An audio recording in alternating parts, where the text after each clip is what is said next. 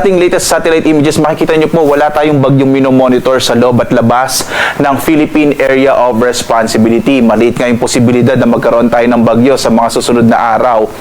Amihan ang nakakaapekto sa Northern Luzon, habang shearline. Yung shearline po, banggaan ng malamig na hangin mula sa amihan at yung mainit na hangin mula sa karagatang Pasipiko na nagdudulot po ng mga pag-ulan. Particular na nga dito sa may bahagi ng Central Luzon. In particular po yung area ng yung lalawigan ng Aurora. Samantala, Intertropical Convergence Zone or ITCZ, ito po yung pagsasalubong ng hangin mula sa magkaibang hemispheres o hating globo mula sa northern and southern hemispheres, kaya po may mga kaulapan, partikular na sa may bahagi ng Palawan, Visayas at Mindanao. Mas malaki nga yung posibilidad ng mga pag-ulan sa bahaging ito ng ating bansa. Kaya nakita nyo po kanina, meron pong rainfall information lalo na sa may bahagi ng Mindanao. Samantala, malaki rin yung posibilidad ng mga pag-ulan sa Aurora dulot ng shearline, habang mga mahihinang pag-ulan at kung minsan ay makatamtaman ng mga pag-ulan sa may bahagi naman ng Northern Luzon. Sa Metro Manila at lalabing bahagi ng Luzon, makakaranas naman ngayong araw medyo mainit at tanghali,